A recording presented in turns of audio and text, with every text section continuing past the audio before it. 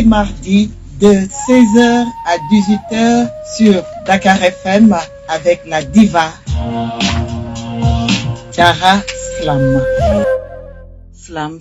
Slam gars yi ñu ngi leen di ziar di leen jox cër bu baax a baax fii ci 94.5 seen émission Slam ci xol di am mardi bu jot 16h 18h di ziar ñëpp di sant ñëpp di naan Slam Gabi Slam mbokk auditeurs et auditrices Slam Diarra Slam suñu invité JKM et di ko jaajëfal bu baax aussi et équipe bi mu àndal bien sûr et may jaajëfal suñu technicien aussi suñu réalisateur Moustapha Demba Sarr di ko jaajëfal et di wax mbokk auditeurs et auditrices bon voilà dal leen ak jàmm seen émission Slam ci xol.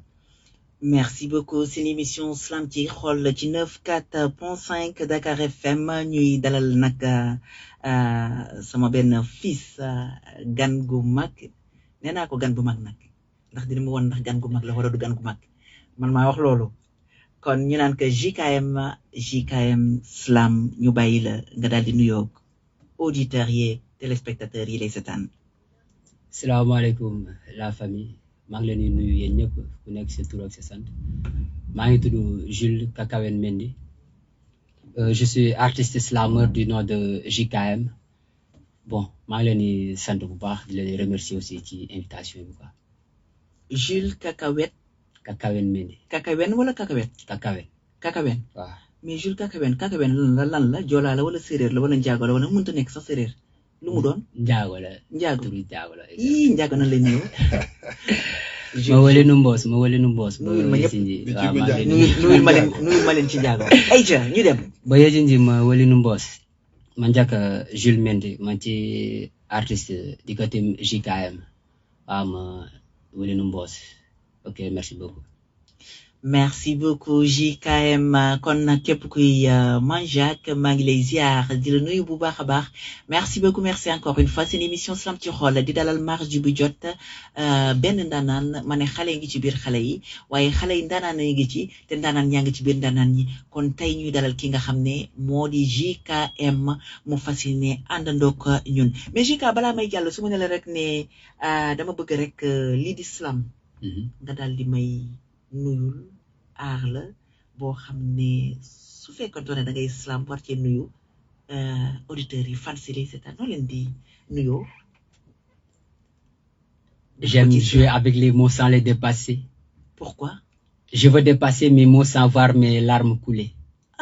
Ils disent que je suis doué sur le dardu du slam sénégalais arrêté sur JKM. J'aime le S, le L, le A, le M.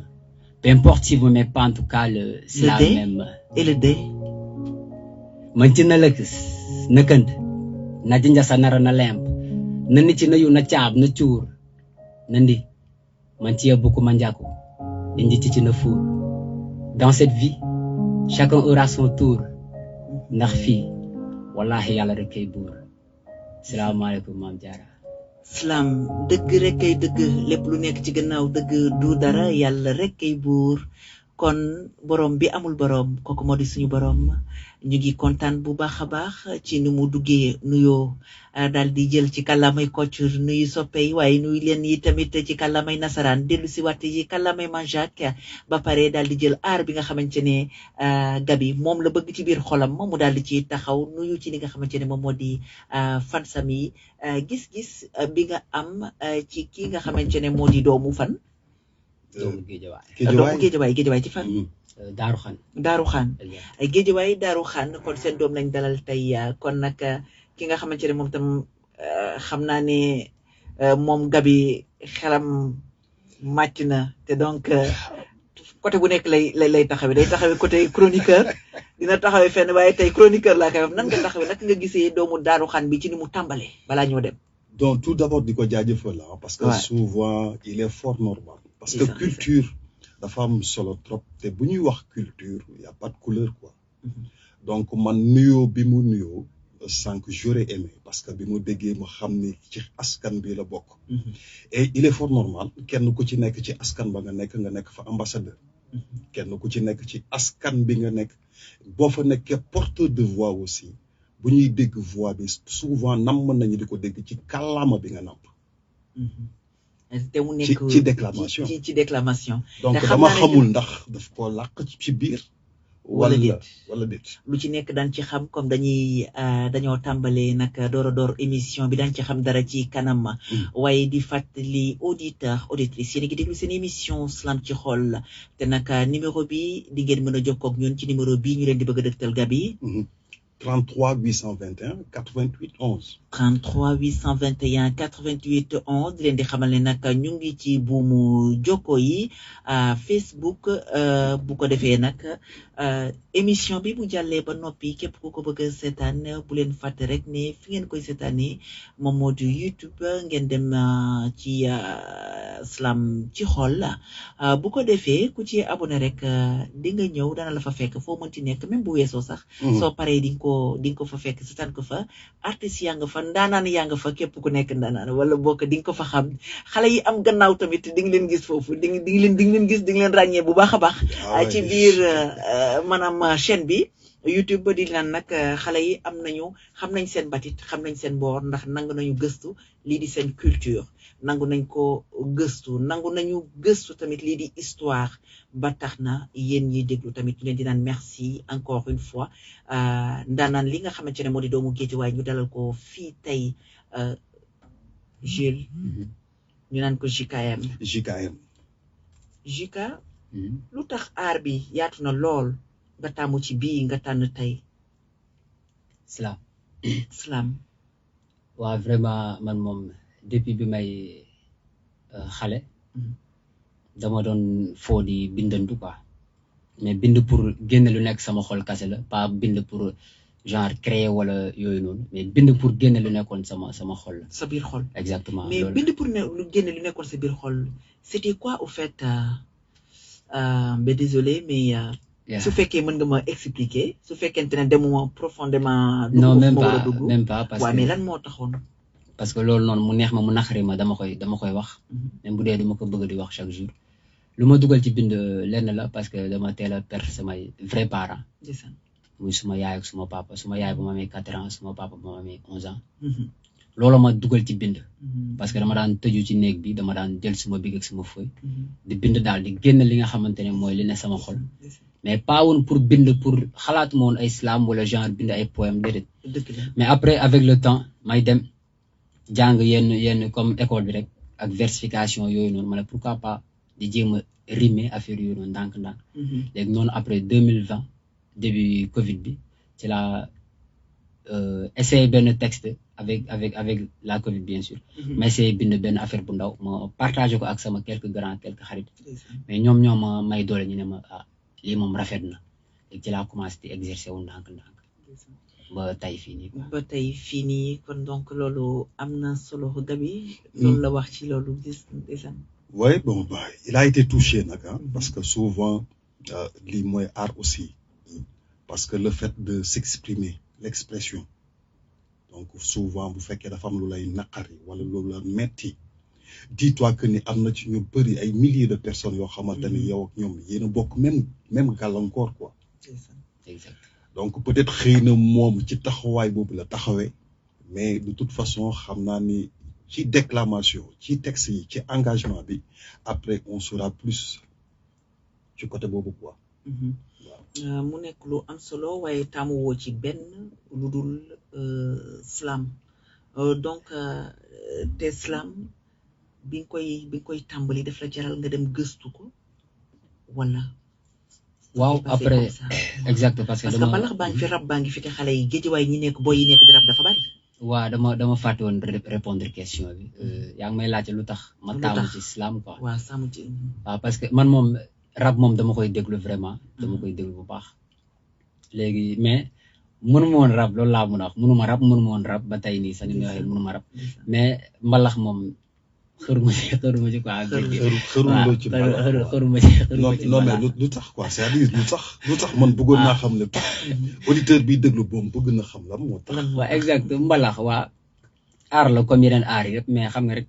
ku nekk ak peut-être li ngay gën a bëgg quoi du ma ne du ma ko déglu mais pas comme pour duggoon ci wax dëgg fa yàlla musul bokk ci sama kii rab bëggoon naa ko nag pas pour bëgg kay tey su ma ne woon dinaa dugg ci art man gëmoon naa ne peut-être rap lay doon rap lay doon. parce que dama waaw li ma ko doon déglu bëri na trop ba damay dóor yenn son gars yi affaire yi mais slam bi dafa nekk lu ma bett léegi ma gis ne lii ni peut-être lu mu laajte bëri na bëriwul bi mooy lan tey demal nga jàngi la maanaam nga gëstu nga xool bu baax li ngay def léegi boo amee loo mën a lancer message boo mën a lancer en tant que porteur de voix nga def ko dama gis ne mooy yoon bi nga xam ne peut-être ci man mooy bi ma gënal quoi bi ma arrangé.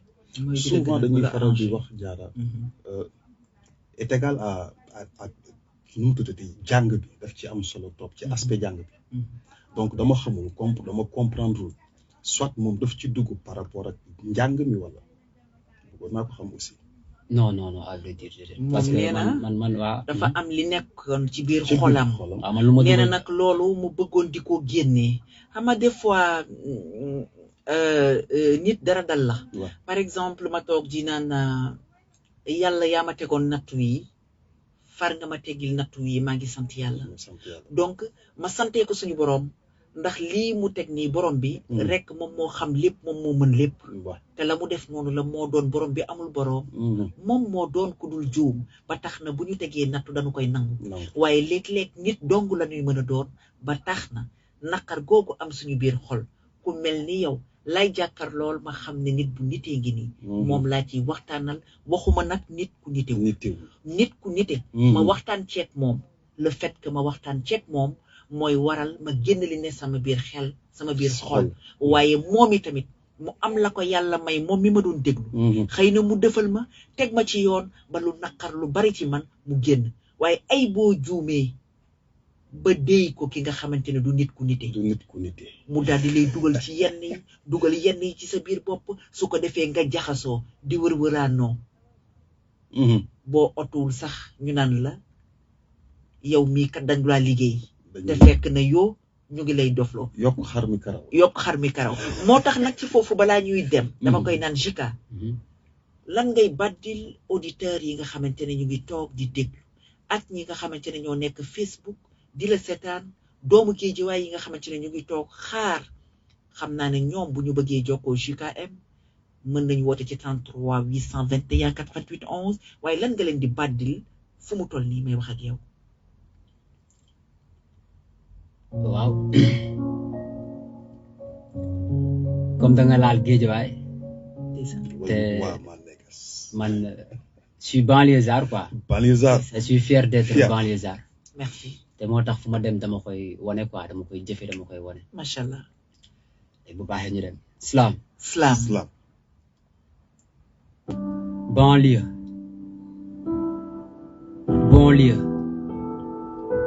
nekk fi xale di nga daj gis dégg lu ne dem fu ne temps booy ici on fait du pasiba day tàngal ndigg même su dee bu guddee dañ lay forote du samori moriba tapeti ñëw leen même s'il y a pas de tapette ket keleen taan jël naa kii jël naa ke fii tànku neen lañ daan footballé ña la def géew di bëre sol gurtu kàmb day yaatal kiriku dafil il faut papa yaay doom ak bëri saay ndax kenn du bëgg a doon doom wallaahi ñëppay bëgg a nekk baay les filles avec leur catégorie keppal faire du pribam ou danser du sabar au rythme du tam tam ma grand-mère a mal au dos certaines font du ariska d'autres du oyo si Nando si Milena samp drapeau en terminant par ma maison Slam ci xol fier d'être banlieusard n'est-ce pas j'ai raison n'est-ce pas j'ai raison fier d'être banlieusard n'est-ce pas j'ai raison t'as raison mon frère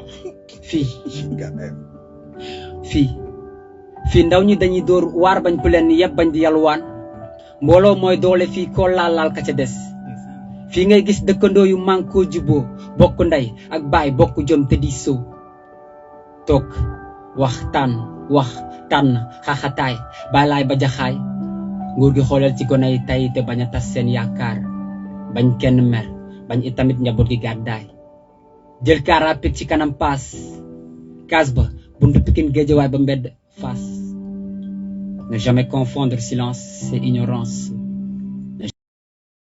calme acceptation.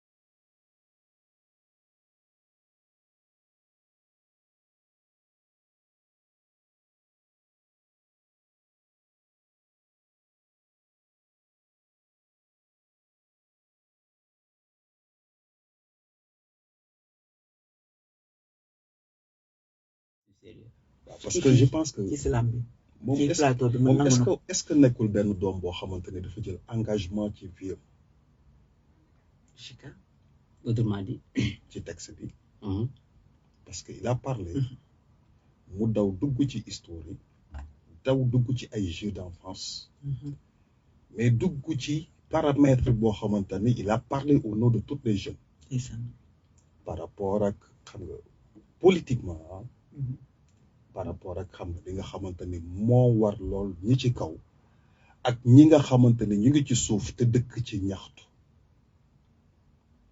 il a parlé au nom de ces jeunes donc je pense que peut-être mot boobu c'est loolu c'est à parce que des fois dañuy bind mais ci bind bi ñuy bind des fois dina am benn benn thème boo xamante ni par rapport ak engagement bi nga xamante ni moom la ñuy am ci culture raison pour laquelle ñuy wax ni man personnellement mooy wax ni culture bi amul lu négatif lépp lu ci nekk dafa positif quoi ça rend la personne positive quoi ça rend l'humain conscient quoi donc du coup je pense que peut-être il va falloir ñuy bàyyi xel lu bari ci ñuy accentuer ci texte yi. yaa ngi koy dégg. yaa ngi koy dégg. Et c'est très important. C'est très important. Mais respect à lui, hein, parce que respect à lui, il a parlé, il est ambassadeur de Guédiawaye. Et wane na ko bu baax quoi chat ba chat na ga. dëgg la parce que Guédiawaye chat ba chat wane na ni il a porté le flambeau. ñoom dañu doon ñi nga xam ne banlieue bi seetlu naa benn affaire war nañ ko roy ci ñoom itam. dañuy xàccandoo dóorandoo bokkandoo. Donc loolu c'est très important mi ngi fii mais ci biir loolu li may fàttali rek 33 821 88 11 Demba su fekkee am na auditeur rek ñu daal di koy jël ku bëgg déclamer boo ne slam ñu bàyyi la nga bàddil ñu ko waaye nag ma daal di dellu si waat JKM yow ci jamono yooyu yëpp slam bi nga ci commencé ba léegi da nga ci def ay at parce que des fois damay dégg. waaw jaaroo nañ ko wax slam. Kapo ku natt lu teggi. Slam mais Kapo na nga fexe rek ba fu mu toll nii fu mu daggee rek nga xam ne nattoo xanaa ba ngay dugg natt ga rek. non tey damaa natt de lépp jàmm. lépp jàmm kontaan ci yow. maa ngi leen di kontaanee di bëggee naanaan foofu toog foofu. ndeysaan Eric mon frère nuyu naa la. day liggéeyal salaam ndeysaan daa foofu yóbbu salaam. maa ngi sa ginnaaw. di nekk ay ndaw yu nga xamante ni vraiment dañoo am talent daal. te loolu génn seen bopp la génn seen morom. ndeysaan kenn mënu wax lépp ci émission bi mais yàlla seen xol lañ la leen fay bilaay walaay. dëgg la mais ñaanal tamit xam nga lu nga bëgg sa carrière yaa nga xam. ndeysaan yàlla la fa yàlla yóbbu. amiin xam nga bu fekkee ko mu doon lu bokk ñun ñëpp. surtout amiin ak ñoom Gabi ñoom Demba maa leen nuyu ñëpp. amiin émission bi yàlla dem ba émission bu nga xam ne daal ci télé bi daal ñun dootuñu toog di nga déglu si ay rajo mais dañuy toog di nga seetaan ci télé bi. ñaar yëpp kay ngay wax. incha allah waaw ñaar yëpp waaw. ñaar yëpp kay ngay wax. loolu laa leen ñaanal di leen wax tamit ngeen ñaanal ma suba dama finalu. waa léegi dama ne. waaw mais na yàlla def ndam ci yow waaye. non defal ndànk. bonne chance frérot. Kapo génn ko da nga dugg ci slam léegi nag fu mu toll nii en tant que artiste. waaw jamono yi ci lan nga nekk. waaw lu ma la waxoon rek maa ngi ci ba léegi. li nga ma waxoon man nga ko waxoon mais ñay dégguñu ko dama bëgg dañ la laaj ci lan nga nekk fu mu toll nii. waaw xam nga ñun salaamari yaa xam ñu quoi. waaw te mu doon lu am solo ndaw lañ tey ñoo ngi def lu nga xam ne mag ñi defuñu ko yaa ngi dégg. lu am solo. waaw moo taxit yaa xam ñu. maanaam dama la bëgg wax ne yéen a ngi góorgóorlu. mais instant bi fi nga toll nii. ci lan nga nekk maanaam yéen a ngi ci liggéey bi rek mbala yéen a ngi am li ngeen di waajal ndànk wala. waaw ñu ngi waajal ay projet yu bari. waaw lépp mu jëm ci islam. ñu ngi waajal ay projet yu bari lépp islam lépp jël ci islam yóbbu ko ci kaw rek xam nga. ok liggéey bu nga xam te tamit suñu mag ñi ñenn suñu mag yi ñu baax ñi defoon nañ ko ñu topp seen ginnaaw xam nga. ndeysaan wax nga lu am solo kon tey jii. JKM toog fii tey bu fekkente ne balaa nga tàggatoog ñun boo ñu waree baddil ñu bëgg nga baddil ñu dara may ko ñiy déglu ndax xam nañ ne ndaanaan nga ci biir ndaanaan ñi. foog nga baddiloo ma daal yow. foog nga baddi ko. ndax mooy sa liggéey. comme saay-saay nga comme saay-saay nga. moom daal foog nga baddiloo ma quoi. du ma la baddil te ngay baddilaate ci ruq. waaw Demba may ma foofu benn affaire. Demba. Salaam.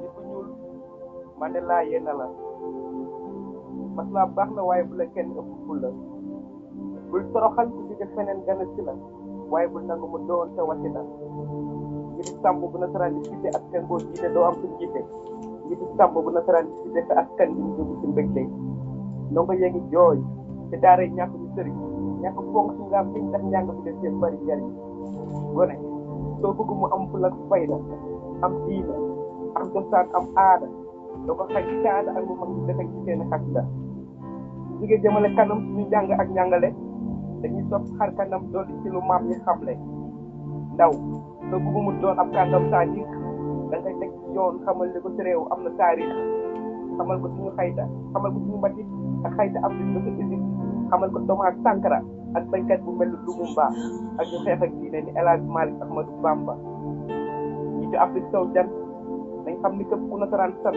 lu mu teg bët daa ànd te ba bët askan gaan ànd bokk gis-gis dina saafara naka rek ci nañ fexe te jàngale Cheikh Anta Diop gën a yel ba noppi xamal ndaw yi bu mu ko rëbb ci Diop balaa wees gaal gi joo ko bokk nañ ko joow te wàññi coow jàppal ma jàpp dafa ànd def ci kaw bëggee ëllëg bu rafet ñi ndaw yi di ñëw salaam.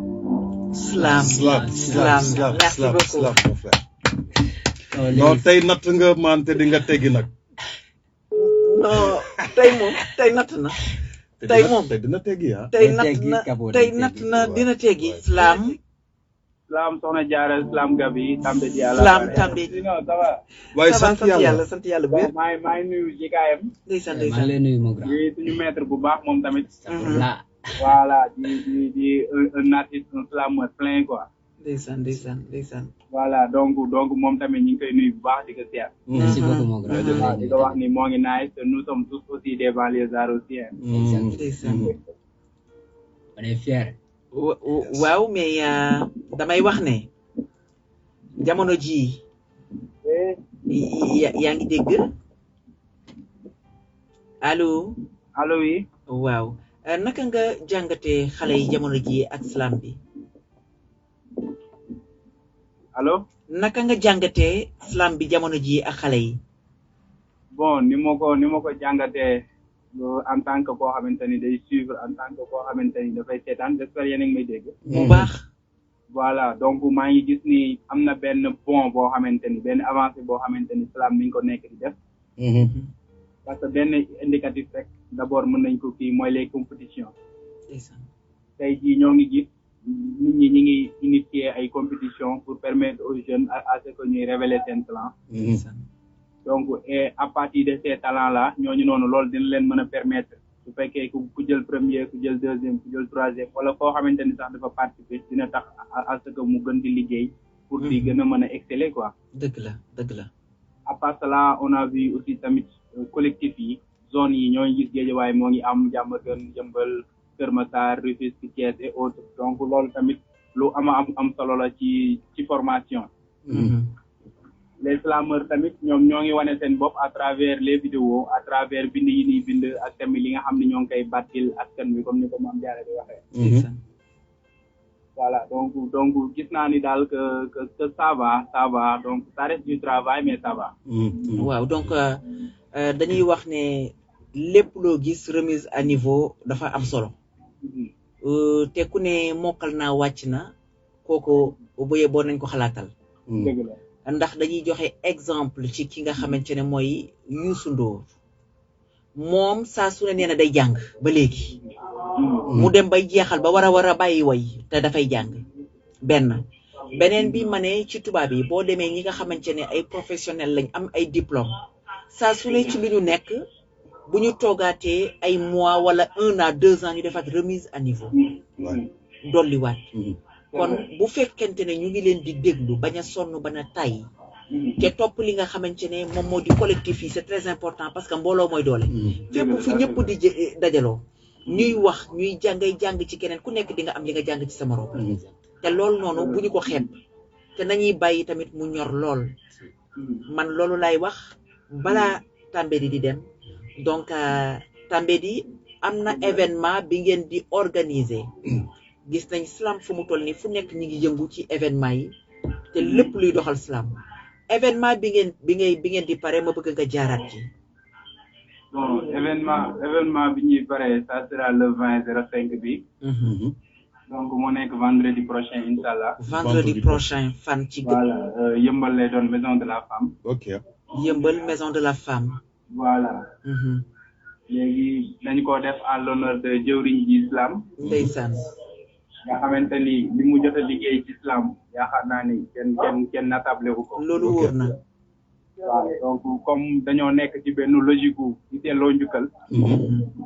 donc on a jugé nécessaire woo slameurs yi ñu ñëw académie Plume de Veille ak yeneen académie yi ak yeneen slameurs fu waaye mën a bokk. ñu ñëw daal di sargal jëwriñ nga xamante ni mérité na ko quoi. ndeysaan. voilà donc maa ngi profité di invité waale slameurs yëpp ñi nga xamante ni ñoo ngi suivre. Islam ci xol auditeurs Islam ci xol ñi bëggee Islam ci xol ñëpp. Mame Diarra aussi Gabi tamit waaw yéen a ngi ci biir. ñu ngi ci biir donc wax ñëpp ñëw ne di sargal suñu jëwriñ quoi. Inchallah. voilà. Inchallah mais tamit balaa muy dem foog mu am lu ñu bàddil moom. non mais sur ce man damay bëgg. Diarra waaw damay bëgg. waaw chaque mardi bu jotatee pareille heure bu jotatee waaw. Sénégal all around the world. nañu yokk tape yëpp rajo yëpp nañ ko yokk. dëgg la. tàmm fréquence yi ci 94.5 pour faire comprendre à ces milliers de Sénégalais yi nga xamante ne ñu ngi ci dëkk bi pour que ñu mën a comprendre un tout petit peu le slam quoi. ñoom ay ndaanaan la parce que ñun on le faisait parce que jamono hip hop dañ ko doon défend. que mu neex la que mu naqari la dañuy jël concert samp ci mbedd bi def concert gratuit. juste rendre la culture jox ko valeur quoi. donc pourquoi pas ne pas l'avoir ci côté slam bi ngeen nekk. donc bu leen ci ruus quoi. non. parce que yéen côté je pense que seen écriture buñ koy natable mi ngi ci côté aspect bu positif bi li nga xamante ne dafay rendre la conscience à l'humanité africaine. donc il faut que ngeen yëkkati flambeau bi ci kaw quoi. donc ñun mënuñu ko def ñun seul yéen kese aussi mënu leen ko def mais dañuy àndandoo xàccandoo dóorandoo quoi. et di la jaajëfal aussi bu baax di leen jaajëfal yéen aussi ci initiative yu rafet yi ngeen di def. nice na mais balaa moo dem xëy na ndeysaan GKM. dégg nga ko bu fekkee am na li nga koy wax et tout ça parce que yéen ñëpp invité na leen. le vendredi. képp koo xamante ne mi ngi slam ñoom LDM ñëpp ñu ngi ci biir. kon na lan nga koy wax ndeysaan mënoon na bañ a woote tey dugg na tey woote et c'est très important parce que damay wax ne na slameur yi dajaloo nekk benn. parce que bu ñu toogee fii pour slam tamit mu am koo xamante ne mi ngi bëgg slam bi ñëw di ko def ñu war nañ ko mën a woo soutenir ko war nañ mën a woo baddil ko dara war nañ mën a dugg waxtaanal ko mais bu fekkee ne ku nekk da nga toog sa coin tamit dafay doon loo xamante ne bu doy waar ndaxte boo toogee di fecc bu yàggee kenn tàccuwul bu yàggee tamit fecc ba fa nga doon dem di fecc da ngay ranger say baa ñëw toog. mon grand maa ngi lay remercier ci woote bi maa ngi lay remercier vraiment aussi pour kii bi pour vendredi bi incha allah loolu suñu événement la ñun ñëpp incha allah dinañu fa gis dinañ fa prester. Merci beaucoup.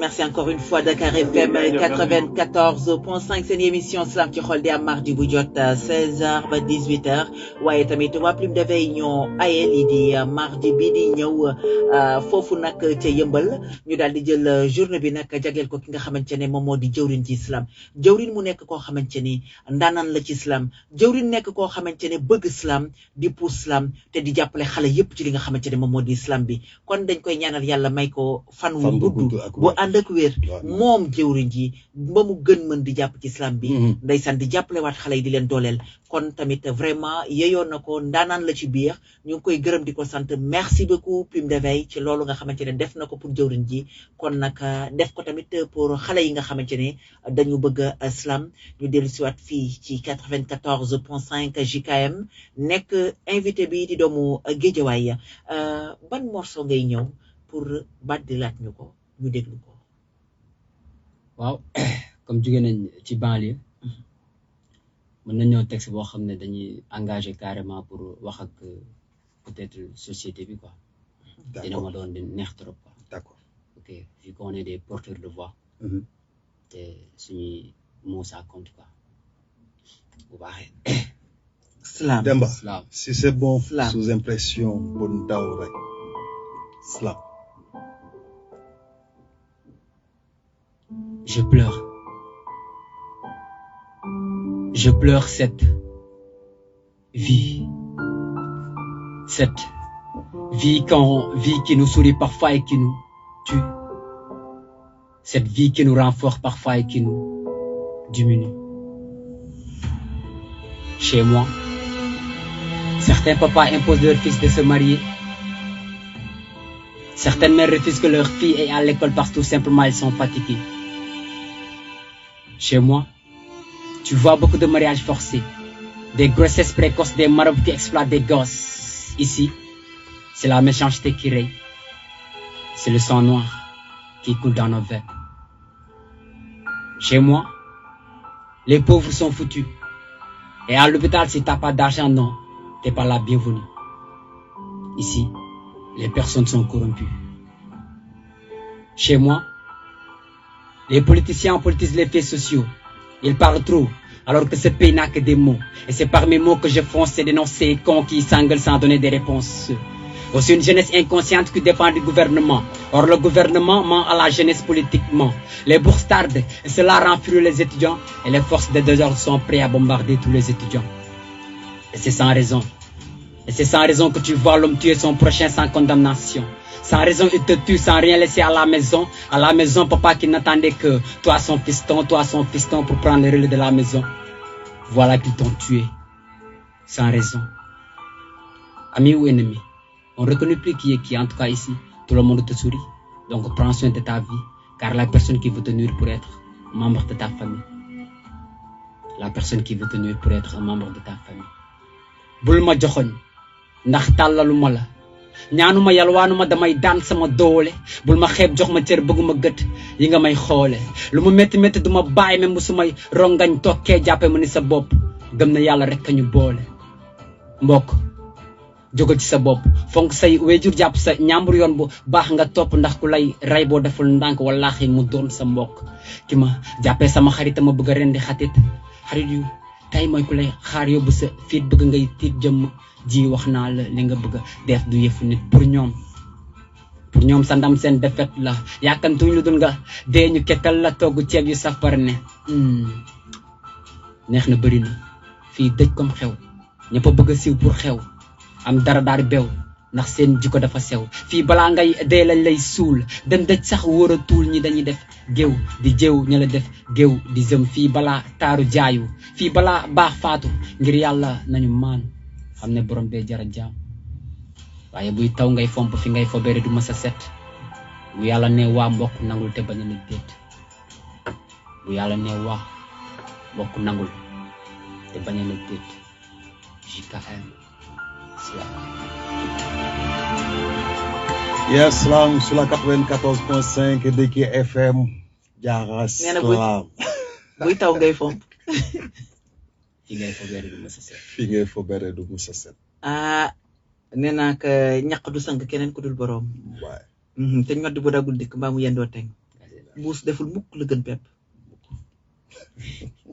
Sikkim lan lañ wax lan la magee lii lan moo mag lii ak lii lan moo mag. Sikkim ak yéen. lan moo mag. lii warul mag. Yéen wala lii non yéen ñii góor kay sikkim ak yéen. ana LDM na ñëw fii te wax ma waay. lii nga wax.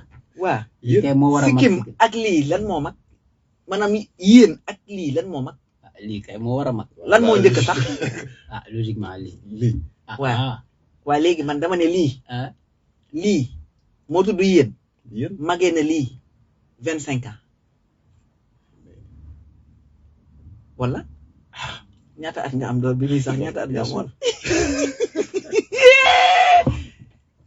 c'est que maama ko yar. fils bi muy sax ñaata at nga amoon. yow LDM.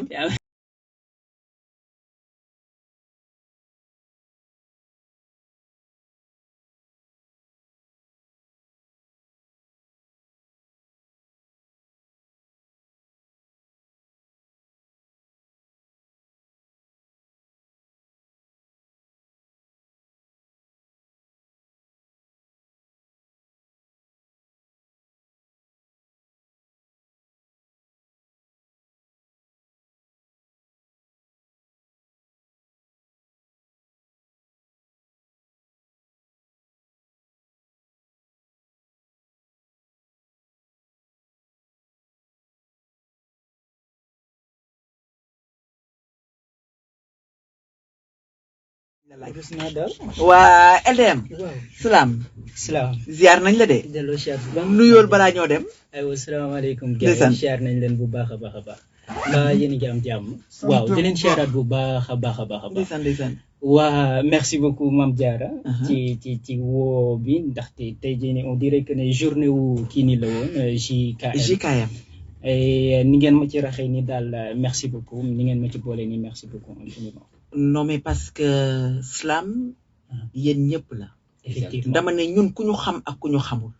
damay wax ñi ñuy seetaan. te ñu jàpp ne ñun xamuñu leen. nañ ñu envoyé message. waaw wala boog su ngeen gisee xam ngeen JKM wala LDM. ñëw na fi def fi émission. te émission te li nga xamante ne moom moo di émission bi seen émission la. bul xalaat dinaan ne fan ngay jaar pour yegg si fii. surtout loolu LDM mën na la fi indi. JKM mën na la fi indi. boo ñëwee ci capot mu indi la fi. wala boog sax Keba wala keneen ak keneen ak keneen. ba pare tamit waa slam si xol ligue slam ci xol ci féminine. ñoom tamit ñi ngi fi te ñoom dañuy accueillir ñi nga xamante ne moom moo di invité yi. donc su ma nee LDM xam nga man xaw ma woon LDM mais tey nee nañ ma dama ànd ak LDM ma ne ko kan mooy LDM mu ne ma benn moom tamit day slam ma ne ko kon nag dañuy profiter ci occasion bi mu dugg pour nit ñi xamaale ko te xam ne moom tamit bësam bi muy ayee dina fi ñëw mais LDM moom fan la dëkk. maa ngi dëkk Malika. waaw maa ngi dëkk Malika doon doomu banlieue bi comme ni ko Ishika waxee. waaw ñun ñëpp nous sommes des enfants de la banlieue. et nous sommes fiers de l'être également. voilà foofu noonu daal lañ jógee ñëw fii nii tout simplement pour faire plaisir aux autres. merci beaucoup merci encore une fois tey su ngeen ma bëggee baddil dara ngeen baddi ko ngir ñi leen di seetaan ngeen baddi ko ngir ñi leen di déglu lan ngeen di indi. yéen ñaar. bàyyi ñu foo leen mais dama bëgg ngeen wax nag ci kaw te wax ci micro yi. amul solo. man LDM nag bëgg nelaw fii LDM. yaa ngi wax sànq di nelaw de. waaw dama bëgg nga wax ci micro bi. dinaa yeewu. yeewul bu baax. yeewu war na ma. non yuuxul ma dégg. waaw yuuxu war na ma. déedéet dégguma la de. waaw dama ni yuuxu war na ma daal. moo gën de yàgg na ñëw leen. salaam. tek.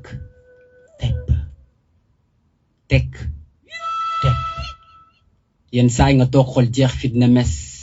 am nga jóge ci yow te du dellu si ndax yaakaar yow tas. tekki baat ba ana lan lay tekki dëkk ci mim réew sa baat sa liggéey war a doon lu la lew am xam-xam doon ab kàngam ci luñ la tàggat saa yu wëree liggéey ñu ne la gat ngay dund ay xat-xat sa wërsëg doon lu xat sax baay mënu ci dund yaay mënu ci dund nga dëkk di jooy ci biir pax sa biir bopp say nopp say xarit saxal fa garabu dem damay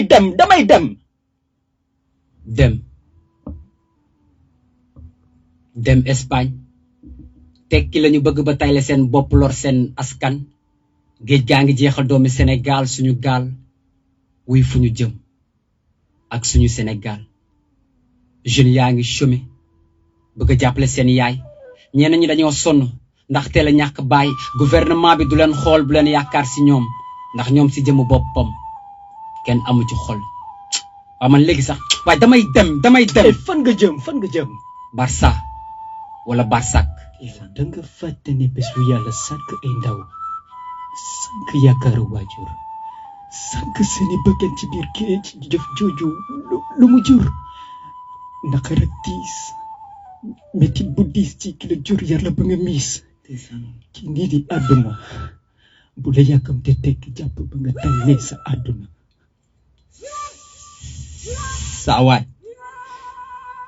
saa waay dégg naa dëgg saa waay dëgg mooy dëgg waaye dégg ko moo jafe kon bokk loolu bu mu tax nga tayle sa bopp lor nga ñu yaakaaroon ci yow lor sa bopp lor say mbokk na suufayof seen kaw yéen ñi ñàkk seen bakkan na leen yàlla sàmm fële ci asamaan.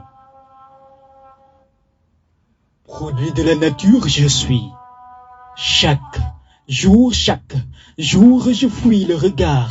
Braqué sur mon avenir comme mon athlète, je cours, je fuis derrière ma destinée. De la condition journée, je suis dans la fleur de l'âge, prêt à éclore, mon énergie gicle de partout, tout. Ce que je touche devient atout, sera tout. Je suis jeune, maître des coups. Je suis la jeunesse intellectuelle, au QI très élevé, appelle-moi fou, car oui, il m'arrive d'être fou. Fou de futilité, je suis ce jeune paresseux qui vit dans la médiocrité, ce jeune qui veut s'afficher mais qui doute de ses capacités, rapacité, avidité, cupidité, tout ça, des qualités à positiver. Longtemps plongé dans le virtuel, j'ai oublié le sens des réalités, longtemps plongé dans le facteur. J'ai renié mon originalité, ma santé déchirée par les stupes, le sexe et toutes ces choses inutiles qui me dupent et me butent. Jeunesse, réveille-toi! Jeunesse, réveille-toi! Oui, toi, oui, moi, oui, vous, oui, nous. Oui, c'est à nous de prendre les choses en main, nous ne sommes plus des gamins. Même si ces cons ne veulent pas nous aider, aidons-nous nous-mêmes et mutuellement. Ne baissons pas les bras. Non. Ayons confiance en notre capacité. Ayons la maturité d'être leader. Pas dealer, mon frère, ma soeur, ce sont d'avoir peur de nos rêves. Croyons qu'ils seront réalisés, mais avant ça, n'oublions pas que l'effort fait l'effort. Après ça, le réconfort. Jeunesse, choisissons la bonne direction, celle qui nous conduit à la réussite. Réussir pour notre pays, pour notre continent. Le continent noir réclame une nouvelle Africa. Jeunesse rend heureuse à maman Africa. Jeunesse aux pensées négatives, jeunesse fautive, jeunesse déracinée, jeunesse suspendue à l'autre rive qui mène tout droit à la dérive. Reviens parmi les siens, reviens faire le bien, pense à tes pères, aux anciens, reviens et ne change absolument pas de temps. N'oublie pas que tu es noir, africain. Regarde-toi dans un miroir et s'il se trouve que tu es noir ou seulement humain, dis-toi que devant toute situation, quelle que soit la difficulté, tu peux le faire. Tes membres, les faral di wax ne borom kara bu ñuul ñàkkul dara te dara itam jomb ko. Borom kara bu ñuul ñàkkul dara te itam dara jomb ko. Ndaw bul yaakaar si njiit déet ñàkkal ba siit nekk nit te bul tiit doon ndaw taxul ñu bon taxul ñu def jëf ci bon doon ndaw taxul ñu bon taxul ñu def jëf ci bon. Africa Unite il est l'heure. Africa Unite il est temps. Non, Africa Unite c'est le moment. Unissons nos forces, exploitons nos ressources. Par les guerres civiles et dictatures, laissons la démocratie triompher chez nous. Oui, LDN, chez nous, il y a de belles choses. Oui, Afrique a un incroyable talent. Slam, graffiti, comédie, hip-hop, mbala, dance, coupé décalé, zouk, kabalov. Louange à toi, Seigneur Jésus.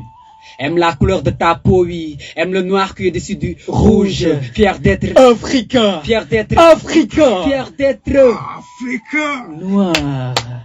Même si l'ennemi de l'Africain, c'est l'Africain, bientôt l'ami de l'Africain sera l'Africain. I love you so much, Mama Africa. I love you so much, Mama Africa. Assalamu alaikum. Salam. May leen no tàccu leen may leen ma bi. Ils ont explosé. Ah ben oui. Vraiment. Explosé la radio, hein. Oh, c'était chaud. Non, je te jure.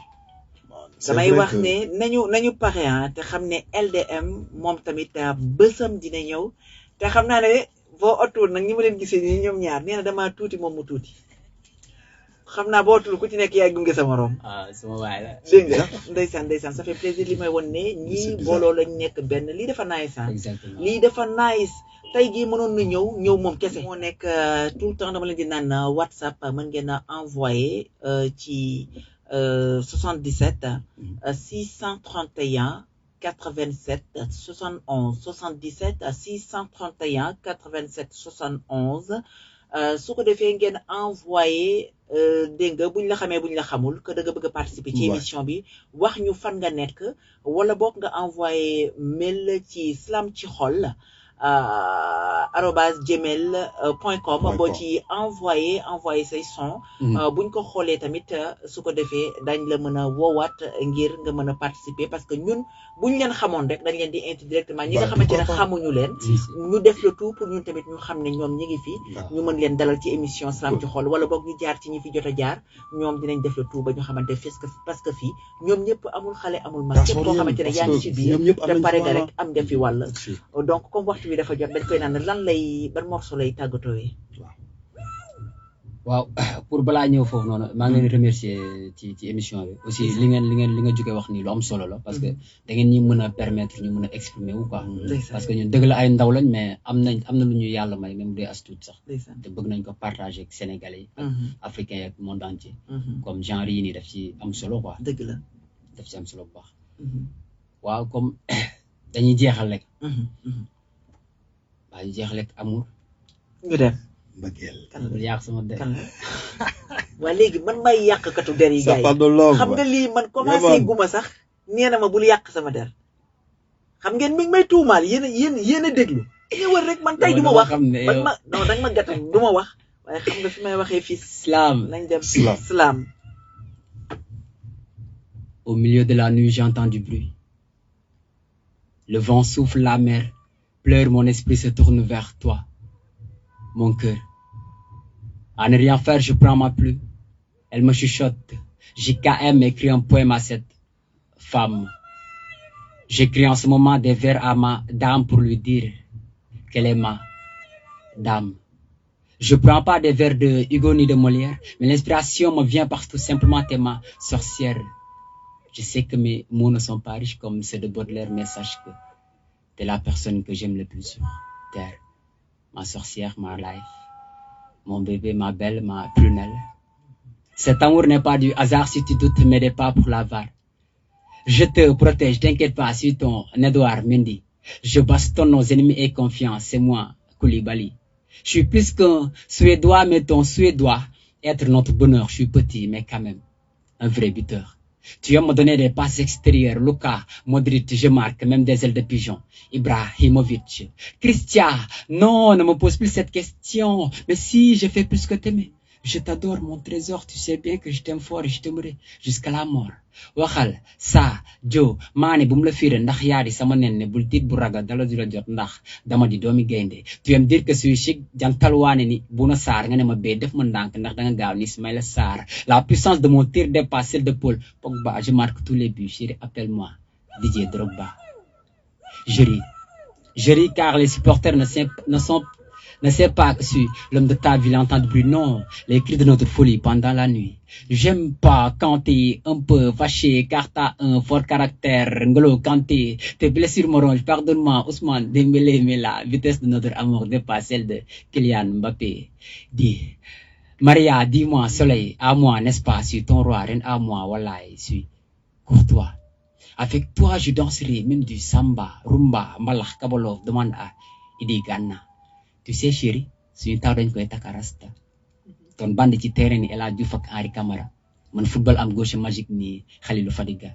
Don gaynde ni capitaine Kouyaté, am xadar ni Aliou Cissé, bëgg but doon attaquant ni Jules François Bocandé. Nga ne lu la neex ci man chérie mooy dama neex.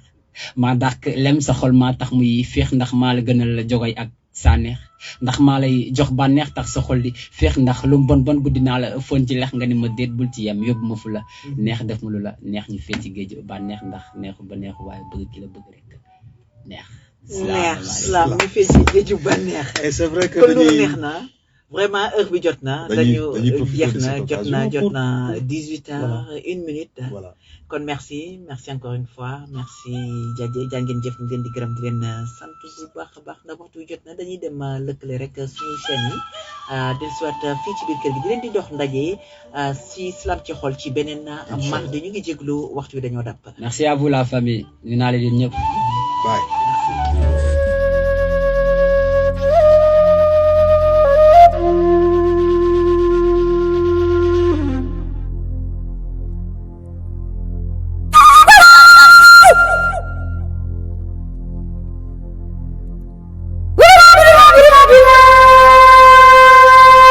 Tous les mardis de 16h à 18h sur Dakar FM avec la diva Dara Slam.